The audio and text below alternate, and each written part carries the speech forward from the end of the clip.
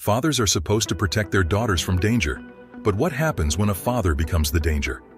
Grab your popcorn and take a seat, as this is the story of Yaser Abdel Fattah, a father who took the lives of his two daughters because of honor.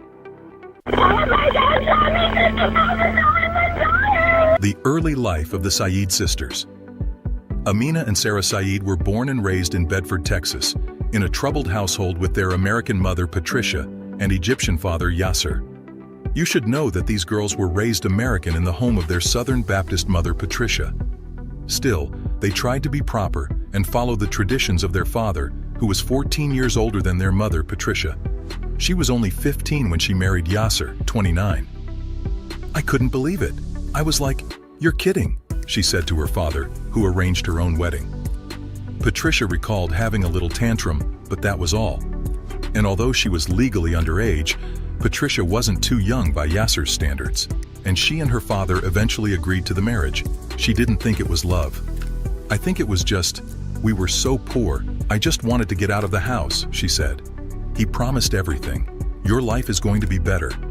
He had a lot of land in Egypt, he had all this stuff, and he convinced my dad that he loved my sister, and that his family had a lot of money, and they could take care of my sister and treat her with respect." For a short while he did. It was good. He was loving for 6 or 7 months, maybe a year. But that was the end of it.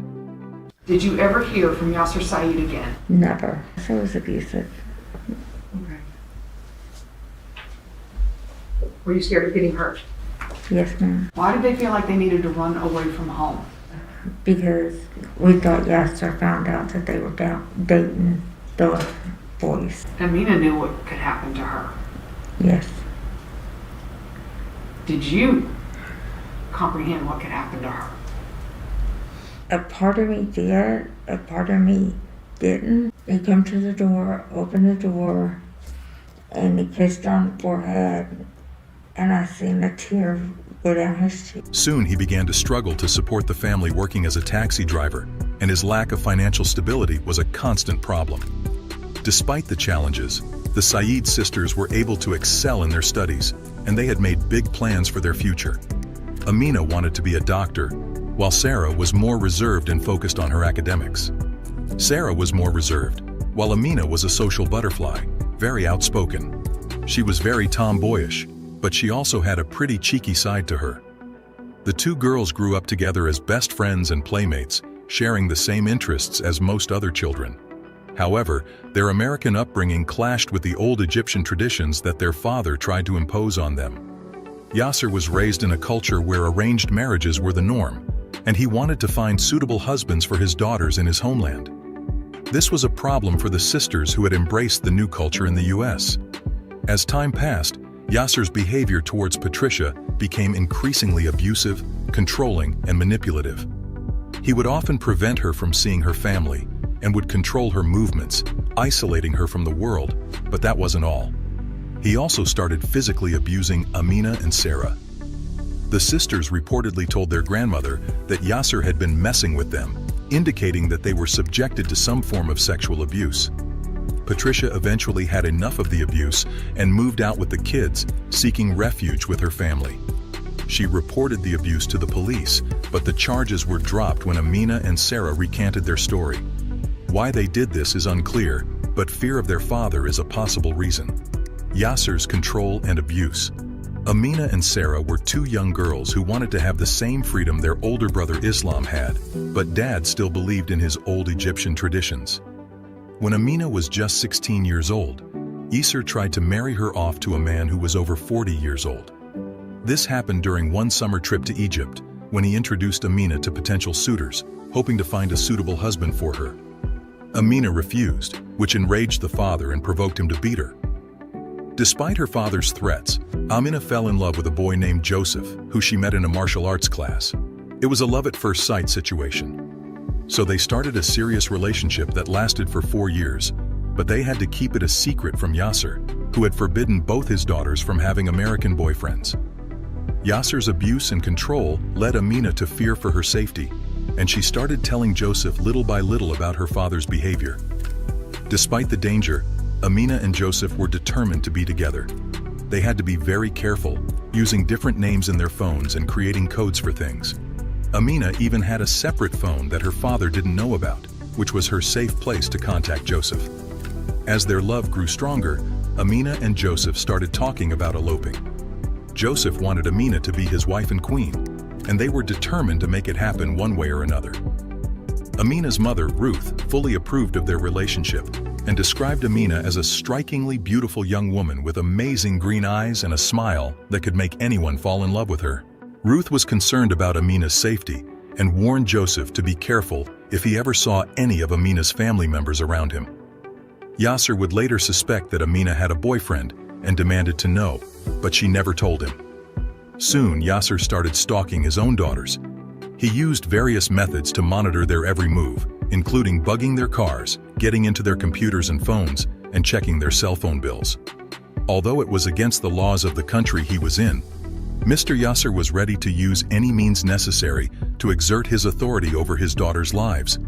He would also trail his daughters and videotape them at work, school, outside, and in the backyard.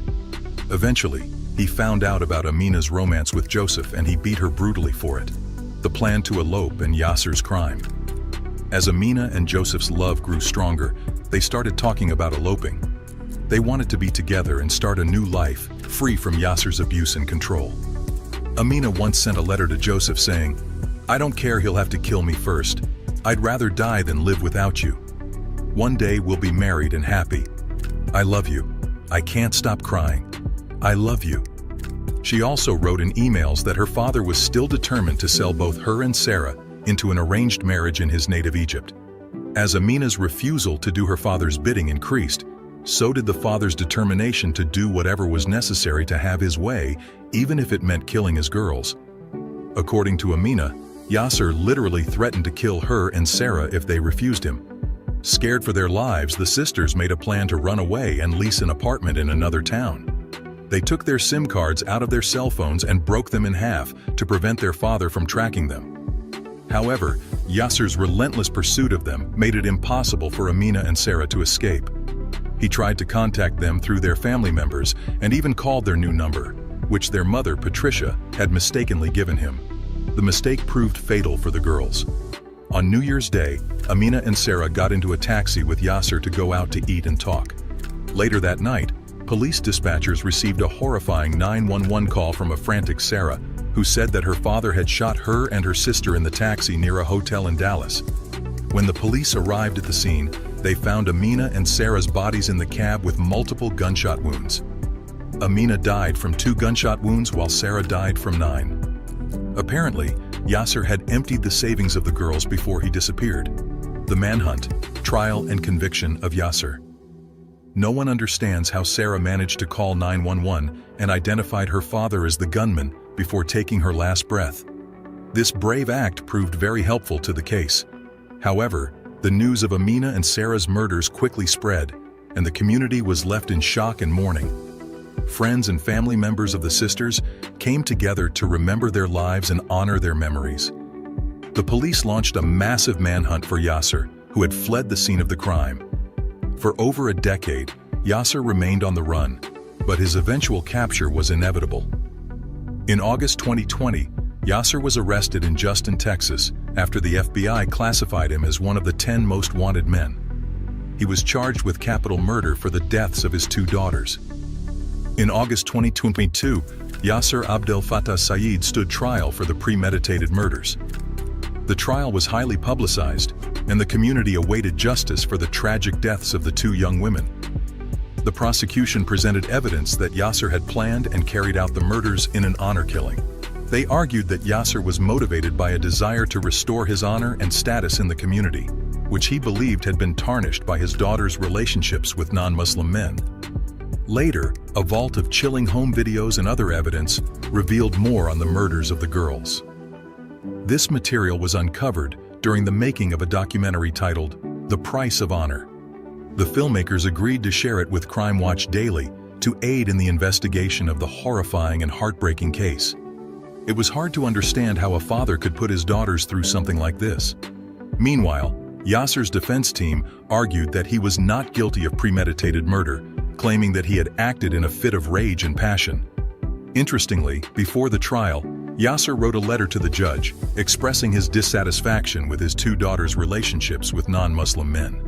He argued that he had tried to guide his daughters towards a more traditional and religious lifestyle, but they had refused to listen.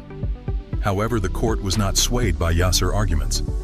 The judge stated that the killings were a heinous and culturally unacceptable act, and that Yaser had shown no remorse for his actions. After a week-long trial, the jury found Yaser guilty of premeditated murder. He was sentenced to life in prison without the possibility of parole. All right, we're on the record. Let the record reflect that the defendant is present with his attorneys, the state is present, and the jurors are present and seated. And I'd like to ask the foreperson, has the jury arrived at a unanimous verdict? Yes, we have. Okay. Thank you. If the defendant will stand with his attorneys.